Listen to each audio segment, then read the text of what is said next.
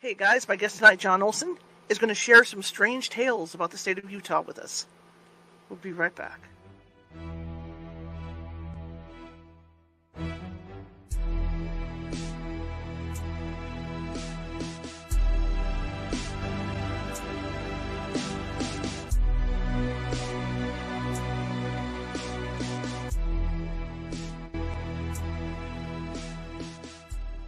Grab your popcorn and snacks. Find a comfy spot, take a seat or lie down, and let me transport you to a place of fantasy, ghost stories, ancient legends, odd creatures, alien encounters, and other magical topics.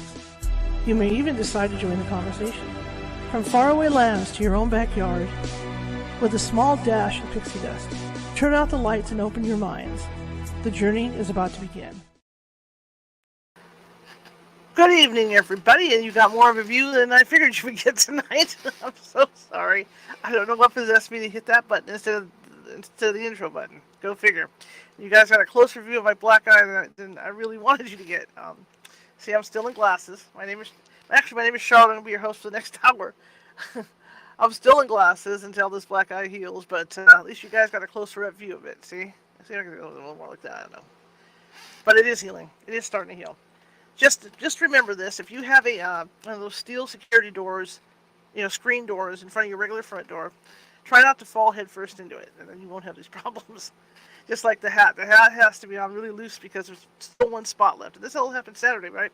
There's still one spot left on my head over here that if it hits just right, it just is screaming pain. But it's settled down a lot. Just like I can walk now where I couldn't walk for 2 days. Anyway, welcome to the show. We got a great show lined up for you today. I saw this gentleman, John Olsen, on another show, and he had some incredible stories to tell about Utah, and so I can't wait to talk with him. But before we do that, let's do the regular spiel. If you're watching from Facebook, and a lot of you are tonight, and you see and like what you hear, please feel free to hit that follow button. We're always looking for followers.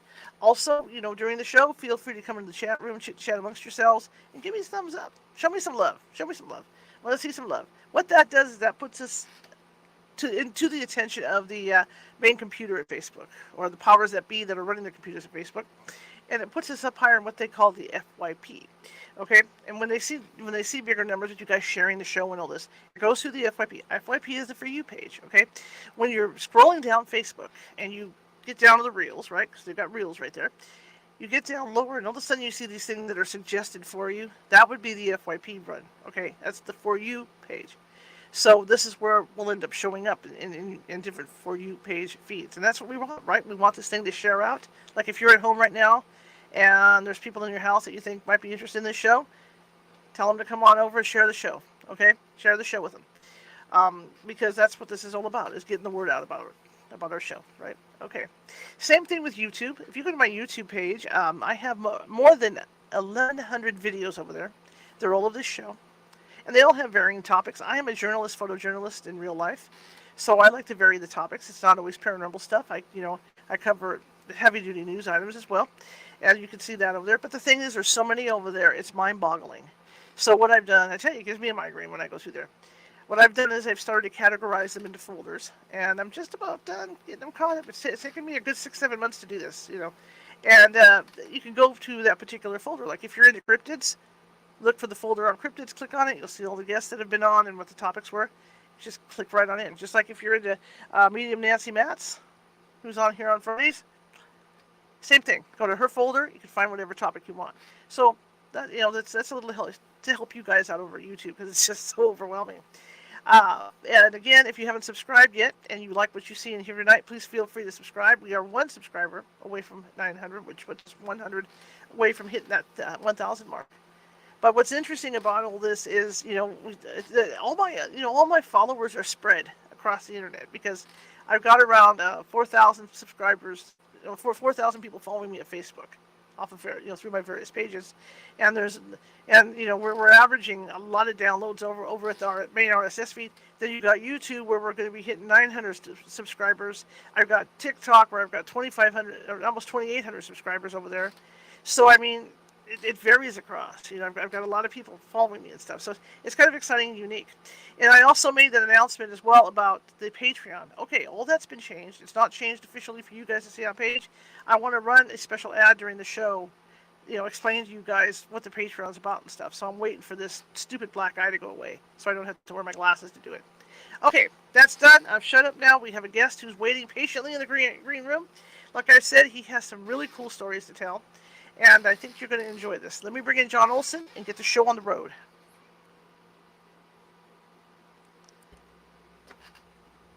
Hello, sir. Hello. How are you? Good. Good. Thank you so much for having me on. It shocked me when I started the show and I looked down and I thought, why am I not moving and saying my opening spiel? Then it dawned on me. Oh my God, I'm on live. Goodbye. Yeah, there's always hiccups now and again, and you can't help it. I'm going to be doing a blooper reel. I have a lot of those. Trust me. I mean, I was telling Nancy. There you go. That'll be awesome. The other day, I don't know what topic it was, but a couple weeks ago, I had one guest on with this particular topic, and it must have been a tongue twister because it took me 20 takes just to do. Someone's going to be talking about this and this, so it was like a Peter Piper picked the peck of. So I do have a lot of bloopers sometimes. Tell me about you, sir. Yeah, so my name is John Olsen. I am the author of the Stranger Bridgerland book series.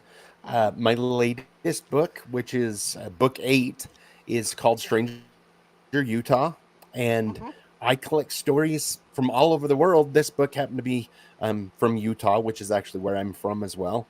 And so they're all true paranormal stories that I've collected firsthand from the person that it happened to. So fascinating. And the stories you told on the other guy's show, oh my God, they had my attention. We deal with Native American, I'm not saying deal, but we do come in contact with the area that I live, because this was all Native American land at one point. And I do get cases occasionally involving Native Americans.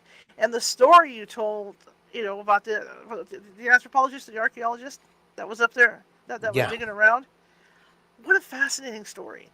Because I in the experience that I've had dealing with the spirits, I can understand them doing that.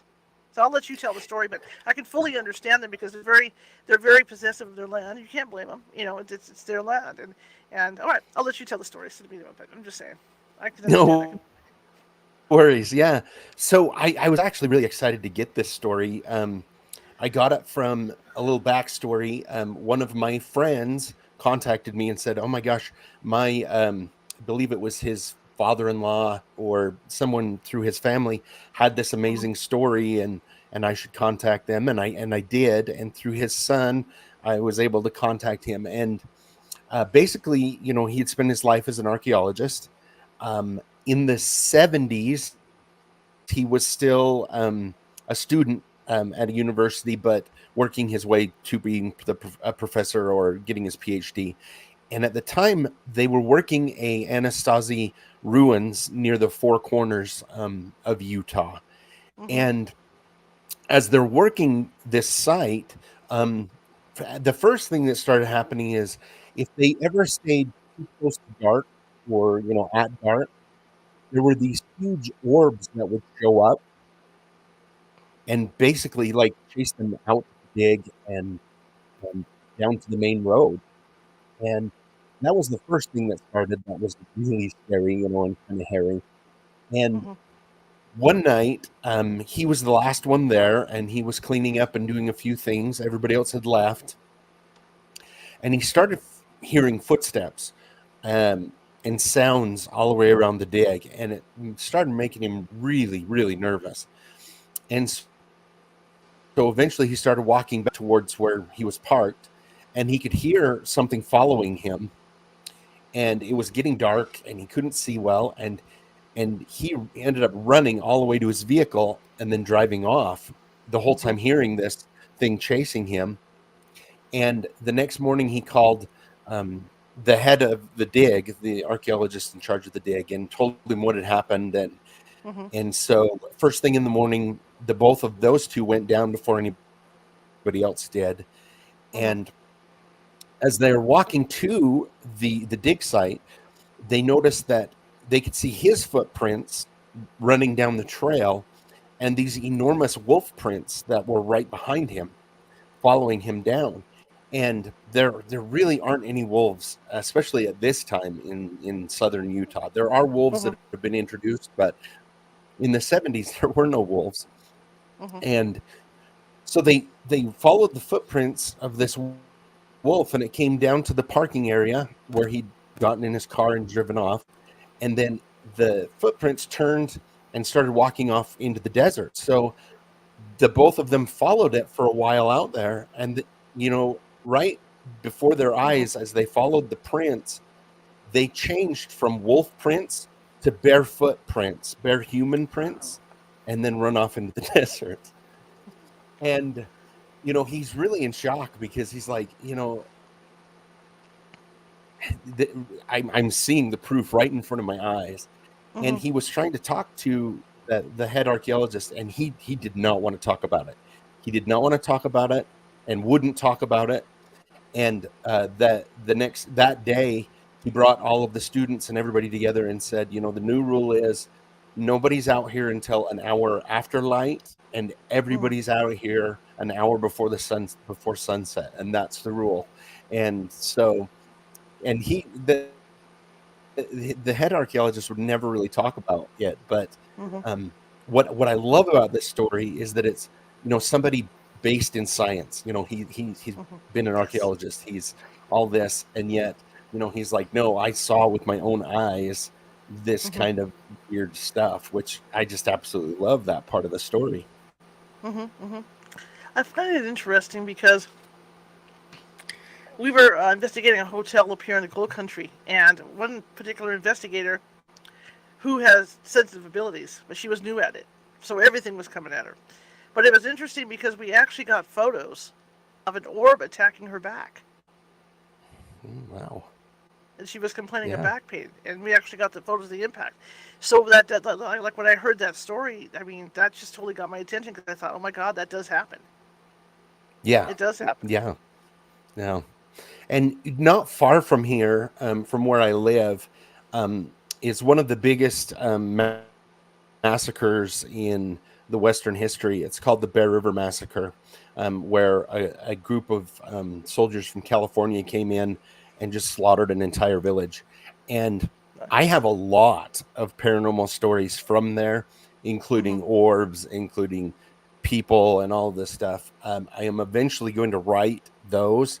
I want to make sure I do it in a very respectful way because it's Mhm. such the site is it's very sad and everything, and I don't want to seem exploitive of it, but yet I want to tell those Mhm. stories because they're just amazing from a paranormal standpoint. So Now, when you get these stories, and are you able to kind of talk to the people that send them to you, so you can kind of figure out if they might be yanking your chain, or is it just something that you're going on good faith with these stories, or how's that work?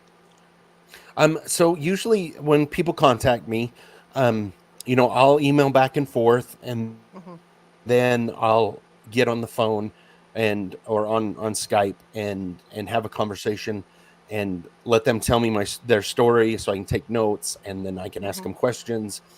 And I do go off of good faith when I'm talking to them, but I've honestly, in all the years I've been doing this, it's very rare that I come across somebody that I feel like it's not a genuine story, or they're not really telling me the truth, if that makes sense. So Mhm. it's amazing how many people will be telling me the story, and emotionally they're right back there, and they get very emotional about it, and that's a big tell that Mhm. they've really experienced what they've gone through. So Mhm. And like you said with the archaeologist, I mean that's legit. That's like law enforcement. When law enforcement comes forward with stories, because they're trained observers, and that's what makes it so nice when you get a story in like that. yeah, yeah, it is. And I love when I get stories from police officers or EMTs as well. Just like you say, they're trained observers, and they're you know Mhm. highly professional people. So it's great that way. When I think of Utah, I think of it kind of like Arizona with real beautiful rock formations. Is all of Utah like that, or are there like garden spots, or? So up where I live way up north. Mhm. In fact, from my window, I can I can on a if it's not really smoky like it is right now, I can actually see Idaho. But and Wow. this area is very much like what you think of when you think of Colorado with the hills and the mountains and the pines. But the further south you go, the more you're getting into the arches and Mhm. desert and the the painted scenery that you Mhm. think of. So Mhm. and Utah's just really vast from top to north on the different kinds of atmosphere and just everything. You can go through quite a bit of different places all the way through. When you talk about hearing stories about different things, strange things, is there one type of story that's more prominent than others, or is it just a wide assortment of stuff? Well, it's a wide assortment of things, but it's interesting because for me, ghost stories are probably the highest, Mhm. and then maybe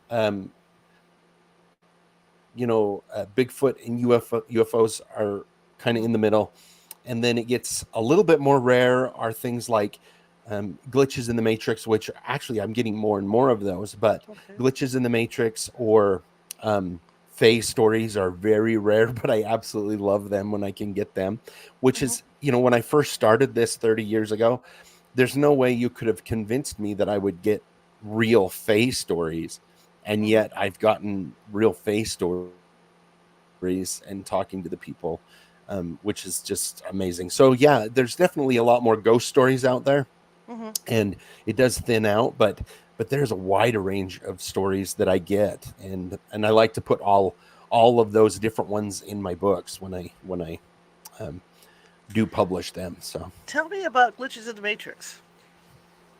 yeah, so glitches in the matrix are things for me.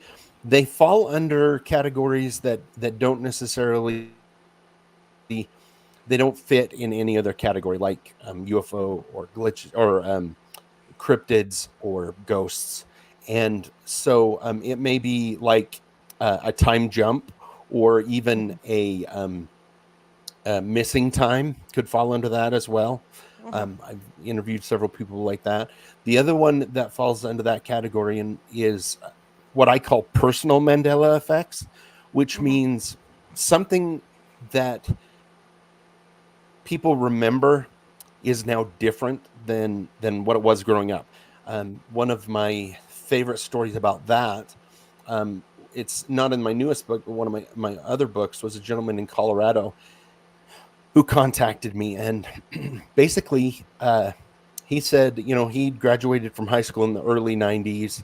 um, he right after high school he traveled for 2 years and then came back and was working before he was going to go to school, Mhm. university. And he found out when he got back that one of his good friends, her name's Diana, had passed away, and it was really kind of a big shock to him. And he went and read her obituary. He went straight away to the library, read her obituary, went to her grave, and really mourned that loss. Mhm. And years later, his mother still lived in that same little town in Colorado. Years later, he came back for a visit around Thanksgiving. And while everybody's fixing Thanksgiving dinner and getting ready, his mother's like, "Oh, I forgot the whipped cream. Will you run to the store and get me whipped cream?" And so he does. He goes up to the little store, and it's full of people getting last minute things for Thanksgiving. And he comes around the corner and runs into a shopping cart, and he looks up, and it's his friend Diana with a little boy. And he is like, and she gives him a hug and says, "I haven't seen you in years. How's it going?" And he's like trying to figure out what in the heck is going on. And he said, I heard after high school, because he remembers her and reading about her dying from an appendicitis that burst and got Mhm. infected. And he said, "Didn't you get really sick right out of high school?" And she was like, "Oh yeah, my appendix burst and I almost died, but I just barely made it, and I'm still living here." And she had a little boy and she's married. And he left, like after talking to her, he immediately left, drove to the cemetery. It's not her grave anymore. Nobody else remembers this. And so it's something, and he swears, like, I didn't dream this. It was very traumatic. I thought about it for years after, Hmm. and she was dead, and she's no longer dead, and I'm the only one that remembers it this way. So that's something. It's like I say, a personal Mandela effect, where you remember the past different than a lot of people around you, everybody in this Hmm. case. So Did he uh, relate any of this to his mother? Because obviously, he had gone on an errand for his mother, and at mhm. some point in time, if it was somebody in high school like that or just out of high school that passed, you'd think that he would have said something to his mother about it and said, "Hey, this woman died. That this girl died that I went to school with." Yeah, and when he talked to, even friends that he went to high school with and everything, Hmm. that he remembers talking to about her death, Right. nobody else remembers it. Like, nobody else. It's just completely changed, and he is the only one that remembers it this way. And this is the thing, he is a normal everyday guy with a family Hmm. and a good job, and he's like, I've never had any experience in the paranormal except for this, and but it's just so strange. It's just really Hmm. weird, but it was very traumatic for him, obviously. Well, I could imagine. What do you think the Mandela effect is? Just off the top of your head. I mean, you're not a scientist, but I mean, what's your theory? Boy, there's a lot of theories out there, including that we live in a matrix type of thing, or that, Hmm. I read one from somebody who was talking about how when they turned on the CERN collider the first time is when it Hmm. started, and somehow we're bumping up against other universes and things are leaking in. And Hmm. so, um, I do believe very much that they are happening because of the things, that people have experienced. I have one in particular myself that I can't explain, and Hmm. so I would love to know what it is that's going on and what's causing it, but Hmm. I don't know. Hmm. Could you share yours, or is it too private? Yeah, no, it's fine. So, Okay. one of my favorite authors growing up was named Terry Pratchett. He's since passed Hmm. away. He's a British author that did comedy, fantasy. And me and my friends, we loved Terry Pratchett, all of us. Well, several years ago, my favorite book that he wrote is called Small God. Hmm. And one day I was looking through on eBay when eBay was first big, and there was a first edition of Small Gods that was signed by Terry Pratchett. And Hmm. I got in a bidding war, and I won, and I was so excited. And I came in the mail. I had it in a beautiful place on my bookshelf at the time, showing all my friends, and I was moving, so I boxed all of my books away very nicely and put them in storage. And then a year later, when my house was done, um, I hauled them all out and was putting them in my bookshelf. And I came to the Small Gods book, and I flipped it open, and I was looking and looking, and there's no signature in there. And I was like, I literally had a half an hour looking through the first couple pages with something stuck together. It was gone. Hmm. And I was really confused. And as I started pulling other books and everything and looking at my other first editions, um, it's actually there's another one called Guards. Uh, Hmm. and that one is now signed. Not my original Small Gods, Wow. but my Guards is signed.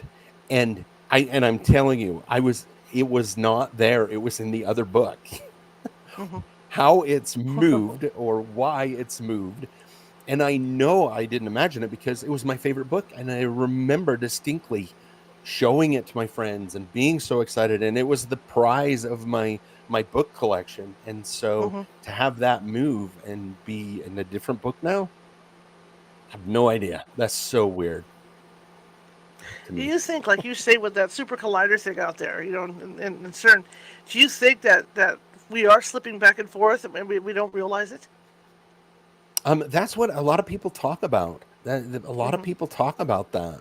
Um, and it's who knows, that could very well be because there's a theory out there that says the only thing you can actually know is what's happening at this moment, Mm-hmm. because everything else is memory. And what if you just was given all of that other memory, and from here on is real? You can't tell. It's kind of a philosophy thing that goes along with it. So it's really interesting for sure. It's strange. Absolutely. Then when we talk about ghosts in Utah, what types of ghost stories do you get? Oh, I get all different kinds of ghost stories in Utah. One that really stands out because it was just so creepy. It's is in my newest book, Utah, and this I interviewed this woman, and her and her husband had been married a couple years. They lived in northern Utah, and they were trying to find a house, and they'd been to several different houses, and nothing felt right, and so you know. Their realtor, I think, was getting annoyed at like how many houses they were seeing. She said, but Mm-hmm. um, they went to this older home in Logan, Utah. It was the general area that we were looking, and it was an older home that had been remodeled. And they walked in and they were looking around, and somebody came to the front door that was asking the realtor questions. So she stepped out onto the front porch and she said, "Just look around and see what see the house." And so her husband went off into the garage because he wanted to see what it was, and she went into the kitchen to look around. And all of a sudden, she could hear a little girl singing and humming a song. And she's looking around, and then she notices off the kitchen there's a narrow staircase that went down to the basement. Mm-hmm. And so she kind of calls out, and the little girl just keeps humming and singing. And so she walks down into the basement, and it's almost like a dirt floor basement with one window in the far corner, kind of letting in light. And so she gets down there, and it takes a minute for her eyes to adjust. And when she does, there's a little girl sitting in the middle of the room, facing away from her, in a dress, kind of a dirty little dress, and she's singing. And she was like, "Are you okay? Do you need some help?" And the little girl stops singing and looks over her shoulder, and she says, "You don't want to live here. I'm not the only one that lives here." And then she disappeared right in front of the lady. Wow, like a movie. Yikes. And yeah, and she about broke her leg trying to get out of that basement, just running as fast as she could. And she grabbed her husband and she's like, "This is not the place. Nope, we're not. Nope." And he was confused, and they kind of rushed out of the house and told the realtor, "We're not going to get this one. We'll talk to you later." And then she broke down in the car and told him what had happened. But yeah, she's like, she was playing with something on the floor, and she just kind of looked over her shoulder and said, "You don't want to live here. I'm not the only one here," or something. Yeah, I can't remember the exact wording, but and then she just vanished right there. And so she was probably lucky that she got that warning. And some people end up buying the house first before they're like, "Oh, wish I hadn't done that." Well, that's like Shades of American Horror Story. Yeah, and that's You what I don't want to really live liked here. about it. Yeah, yeah, You don't want that's to what I live here. liked about it. It was just it's so creepy. Little girls in basements, in yeah, scary. Now, I know Utah's kind of like here, but it's a lot older than here, obviously. For our 1849 and all that. Do you run into, as far as these ghost story goes, are there any stories about older hotels, anything like that people have brought to you? Yeah, so there's been several different hotels. There's one in Ogden. I believe it was called the Ben Lomond. It's just left me, but it's a very famous haunted place or haunted hotel. It's actually now apartments. Mm-hmm. They've transferred it to apartments. But I interviewed a gentleman who had done construction there, and um, the elevator is very famous. It was a very famous elevator because it was glass on all sides, so it gave you that infinity look on both sides as it went. Mm-hmm. Well, he was working upstairs and he just got really creeped out vibes because everybody else had left. He was alone, and he's like, I'm gonna leave. I'm gonna go." So he walked across and got in the elevator and pushed for the bottom floor, and it started going. And he's just got this really creepy vibe going and everything. And he turns to look. Well, he turns to look one direction, and his his reflection looks off down into infinity, and then he turns to look the other direction, Mhm. and his reflection didn't look at him. His reflection kept looking straight forward, and he just kind of sat there with his jaw dropped and moving his hand to try and see if his reflection would move its hand or anything, and his reflection Mhm. stayed just looking forward at the door. And he said when that door opened, he flew out of there faster than he's like, Wow.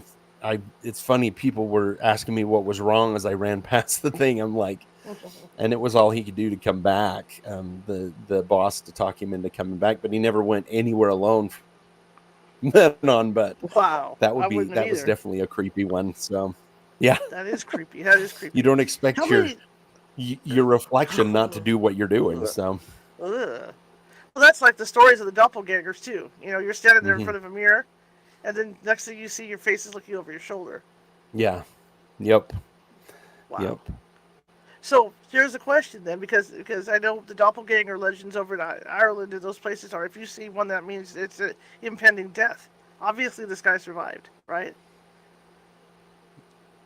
Yeah, I've actually got quite a few doppelganger stories that I've gotten from people. One that I got here in Utah was really strange, um, because this gentleman grew up here in Utah. He's quite a bit older now, but he remembered he was an only child, and he remembered that at first every one of his birthdays was Mm-hmm. terrible because it ended with his mother crying at his birthday, and he's like, that's just really weird. Mm-hmm. Well, when he got to be in kindergarten, he was, I think, in third grade, he was Mm-hmm. out playing on the playground, and he looked across, and all of a sudden there's a little boy standing by the tree, and he looks, and the little boy looks just like him, like exactly like him. Wow. And so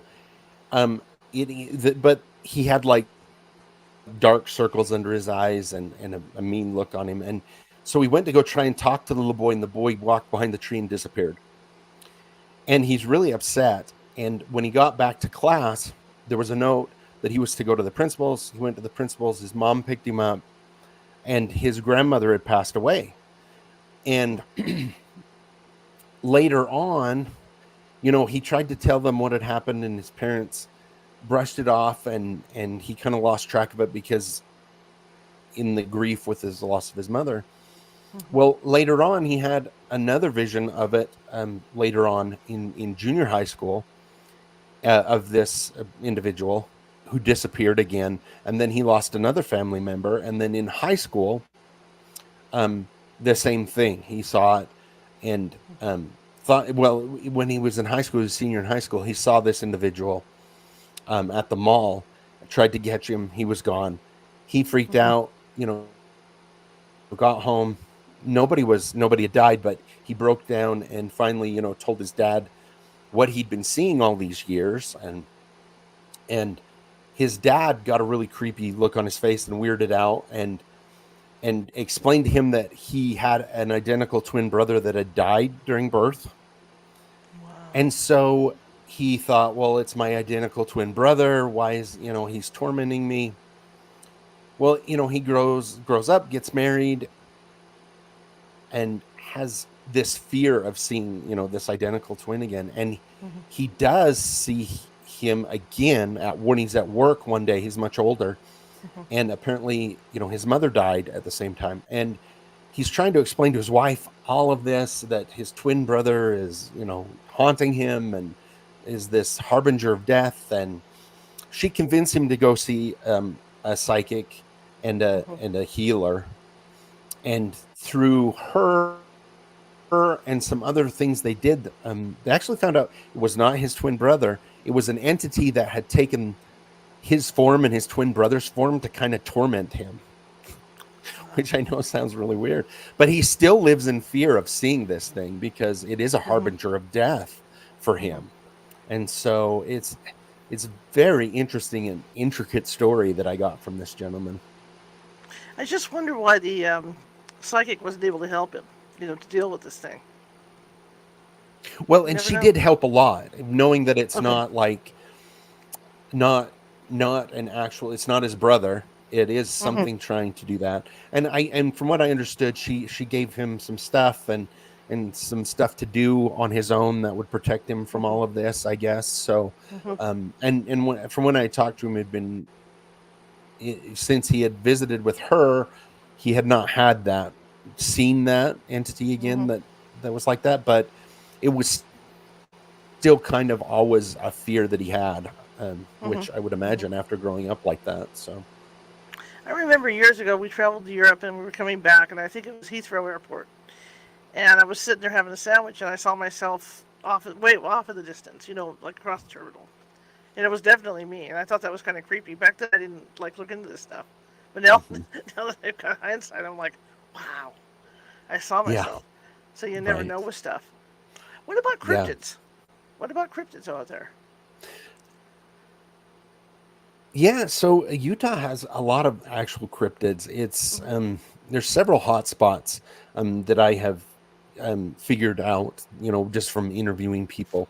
Mm-hmm. Up here in northern Utah, on the Cache National Forest, we interviewed a lot of people who have seen Bigfoot. And what's funny is that they really haven't talked to each other, and yet it's all within about a 10-mile radius. Mm-hmm. Um, is where a lot of these happen. There is definitely those that are outside of it, but um, there are some in there. One that's kind of one of my favorites. Um, there was I interviewed this woman, and her and her husband were on a ride up the canyon, and it was getting a little bit late. Not dark yet, but it was getting later. And they pulled through this area, and standing next to a tree, just off in the distance a little bit, was this dark figure. It was about 5 feet tall, and they stopped so they could look, and they thought perhaps it was in a black suit, but then they could see it was actually hair, Mm-hmm. and the thing jumped from the pine tree right next to it and ran all the way to the top, like quicker than anybody could climb, Mm-hmm. and just stayed in the top of the tree and kept peeking around the tree and looking at them, and then it started getting darker and darker, and they're like, "Well, we don't want to be here." When it's so dark that we don't know what's going on. But Right. and they laughed. But talking to her, my belief in that when I talked to her is that it was a juvenile Sasquatch, um, because it was only about 5 feet tall, and Mm-hmm. but I thought it was interesting that its reaction was to climb to the top of the tree, kind of like a bear does, like a Right. little bear will do as well. But and I asked her, could it have been a bear? And she said, no, no. We had a good look at it. It was not a bear. And when it was up in the tree looking, we could see too. So, it's really fascinating. And Sasquatch is one of those things that I would love to see. Mm-hmm. I'm sure it would be kind of scary at the time, but that's one that's definitely on my bucket list. So, Do people see a lot of those? I mean, as far as like you say, Utah's got a lot of those cryptid sightings. Is it mostly Sasquatch type creatures, or is it wolves, or what's out there? Do you think? there, there's quite a bit of going on. There's no official no official wolf packs in Utah, Mm-hmm. though I question that. Having being an outdoorsman myself and having been in the mountains and seen the Mm-hmm. tracks and everything, the biggest thing there with the wolves is if the state can say that there are just ronin wolves or just rogue wolves, and then they don't have to Mm-hmm. address it. But the minute there's a pack, then they have to address it and go through federal and everything to figure it all out. So I think they're Mm-hmm. pushing that off as far as they can. But there's also quite a few stories that I've collected of people who have seen wolves that are, in my opinion, not real wolves.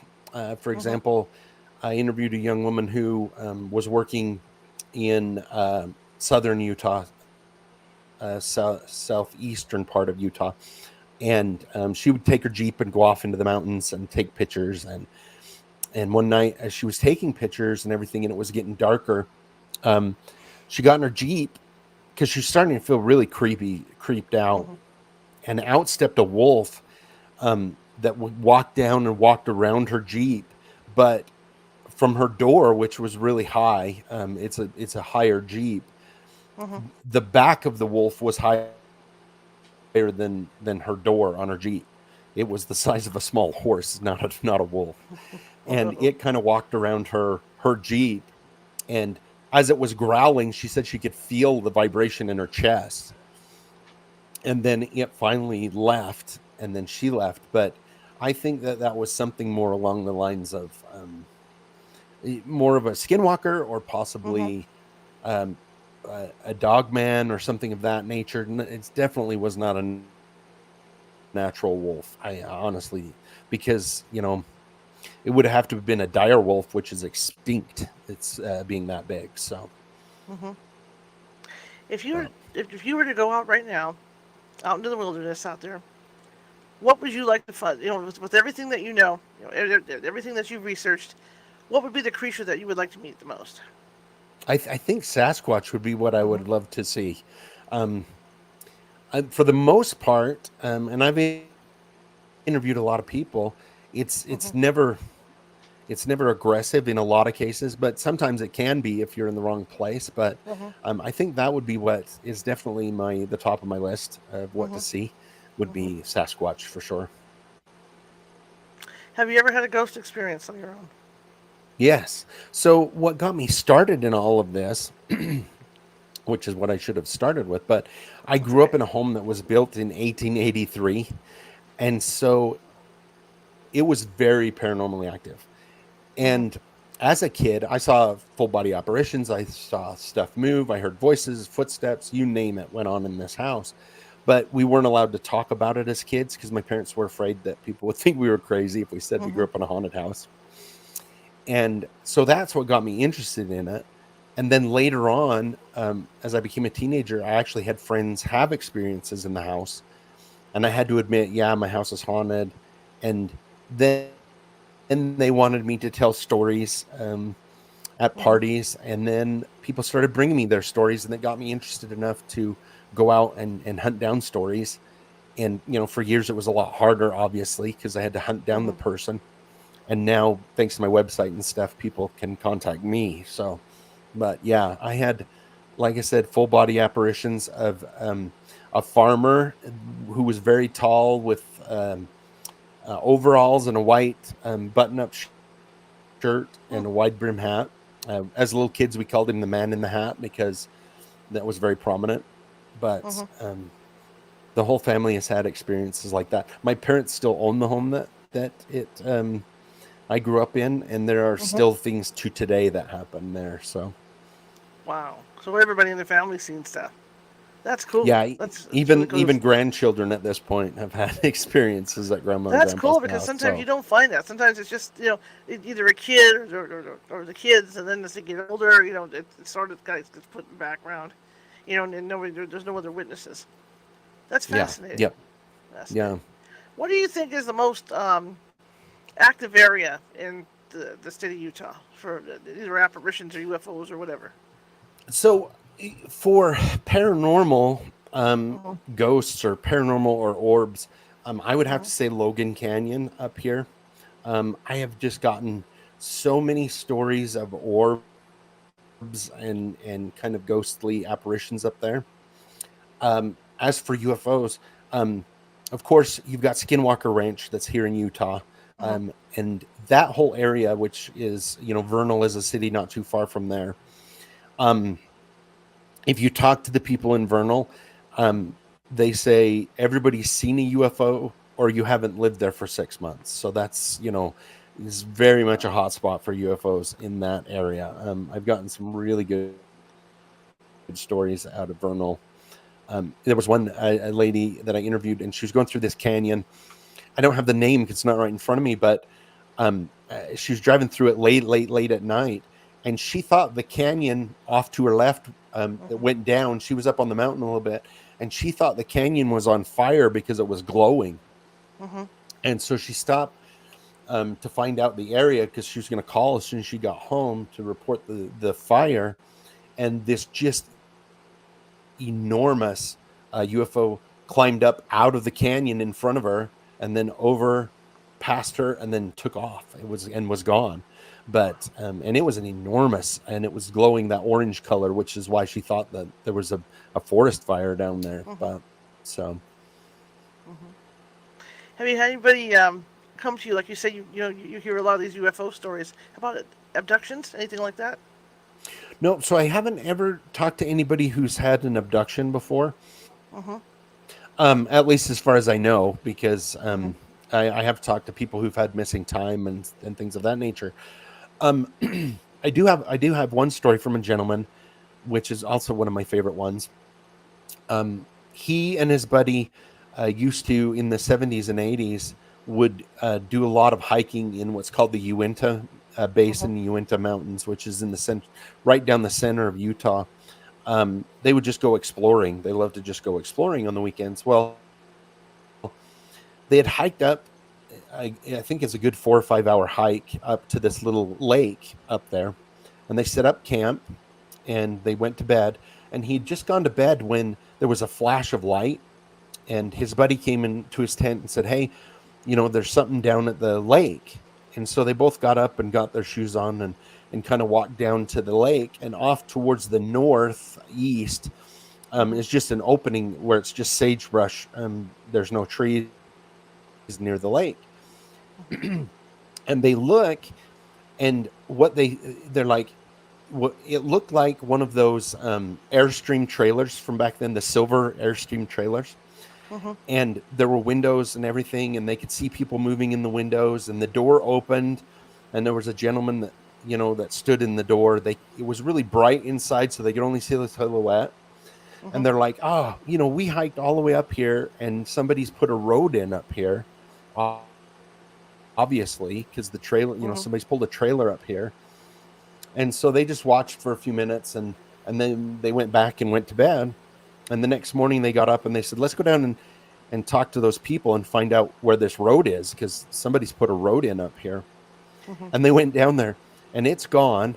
There's no road anywhere, and there's only imprints from something in the sagebrush that had been smashed down. Um, four circles where it smashed the sagebrush down. And they kind of look at each other and they're like, "Oh my gosh, that was a UFO. We actually saw the occupants of the UFO and we didn't know." And he was like, "I'm glad we didn't go try and talk to him last night." But Wow. yeah, yeah. What do you So think is people? People have a fascination for the paranormal. Why is that? Is it because they don't understand it, or they just want to see something and it's just there? I think it has to do with I think as humans, a lot of us have this innate need to know, what's over the next mountain, what's, Mm-hmm. the next step, what's, beyond, we as since our ancestors were sitting around the fire and saying, "I wonder what's on the other side of that mountain," you know, Right. we've just wanted to explore. And I think it's part of that explorer in all of us, because there's this part of the paranormal that um, like you say, we don't understand and we want to Right. understand. And so it's a draw for us. And for some people it's UFOs, some people it's cryptids, some people it's Mm-hmm. ghosts. For me it's everything. I just try, I just love everything because you just don't know. Right. And Arthur C. Clarke always said that he always said that tech technology from the future would be indistinguishable from magic. And so that Mm-hmm. really hits home for me, is just because there isn't a scientific Right. understanding now doesn't mean there isn't one. And so we just Right. keep studying. So Well, imagine like with the stuff that we have now, and we meet somebody from the ancient world. Imagine what they yeah, would think of the TV, what they would think of what we're doing right now. I mean, that's magic. yeah, it really is. Yeah. Yeah. And Yeah. I always laugh because when if you look it up, I think it was in the 1890s. The general of the patent office wrote a letter to the president saying we should shut the patent office down. Everything that's been going to be invented has already been invented. We don't need the patent office anymore. Wow. And so, you think that was before airplanes, before Right. cars, before, any of this stuff. So, Yeah, it's really interesting. You mentioned earlier, and we didn't talk about it yet, fairies. Tell me about the Fae folk. yeah. So, it's really kind of fascinating to me that as I've studied it because of the people that I've talked to, um, they, the Native Americans have folklore about little creatures and little Mm-hmm. people. And Mm-hmm. other than the name, it matches up very similarly with the ones from Northern Europe or from around the world. There's even some in Africa, and there's a lot to go into that. The fact that people who never really had contact with each other still have folklore about these creatures that do the same things, same Mm-hmm. kind of things. Um, and one of the ones that I've interviewed a few people of in northern Utah are these creatures that are called pugwaji. Mm-hmm. And they're these little creatures, these little people that the natives talk about that live in the forest, and they like can cause trouble. They like to steal things, and I've interviewed a few people who have had run-ins when they're hiking, or one gentleman was hiking alone and spent the night on the mountain and was woken up in the middle of the night, and when he finally figured out what had woken him up, it was one of these little creatures that was sitting on a pile of rocks. And he had fallen asleep reading a book with his headlamp. He always brought an old Mm-hmm. book, and this little creature had the book in its hand. So he realized it had been close enough to steal that from him, which Mm-hmm. kind of snapped him out of his shock. And he, took off and ran all the way out. But when I wrote that story, and of course in my book it's much more detailed. When I wrote that story, I was amazed. There were several people who said I was in that same area. It's called Mount Naomi. It's a really high Mm-hmm. peak here in northern Utah, and they're like either they had that a very similar experience, or one lady said her husband had that same experience, and she's like, I didn't believe him, and then I read your book and realized other Mm-hmm. people had it that similar experience with these small creatures. Mm-hmm. So, but you know, Mm-hmm. Do you? I mean, like you mentioned about the Native American legends of small creatures like that. Um, do you think they could exist? I think there is definitely something to it. I've just interviewed a lot of people who've had experiences with these creatures, Mm-hmm. and whether they're ethereal or an actual creature, I really can't tell you. But I do know that people are Mm-hmm. having real experiences with these creatures, and they're very rare when I get them.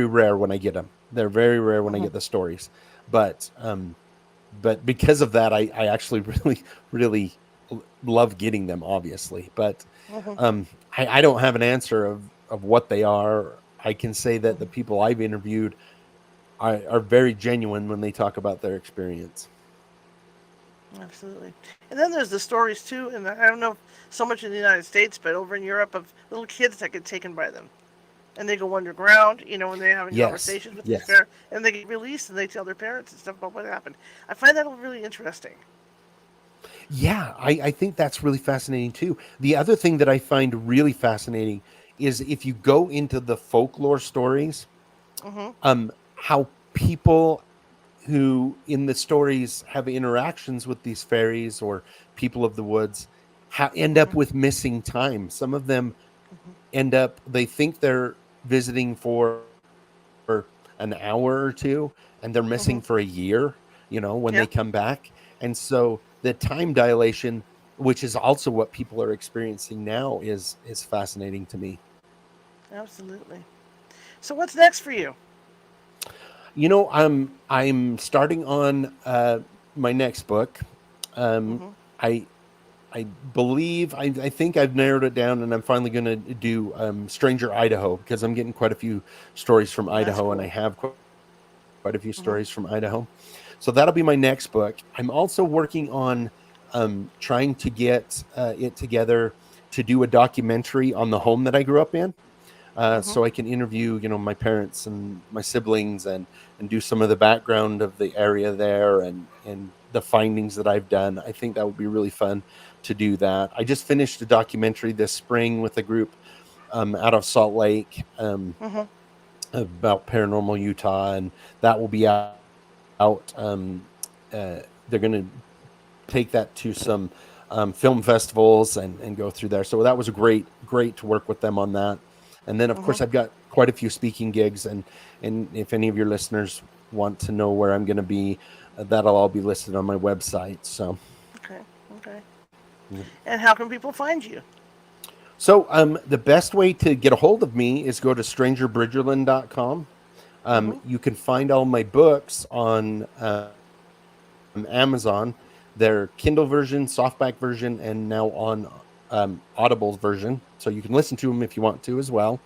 Mm-hmm. Um, I don't. I hope it's okay, but if your listeners want to jump over to Stranger Bridgerland, Sure. I'm doing a little giveaway right now.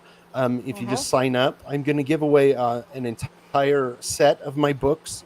With I'm also a woodworker, and I did a really fun little Wendigo box, Cool.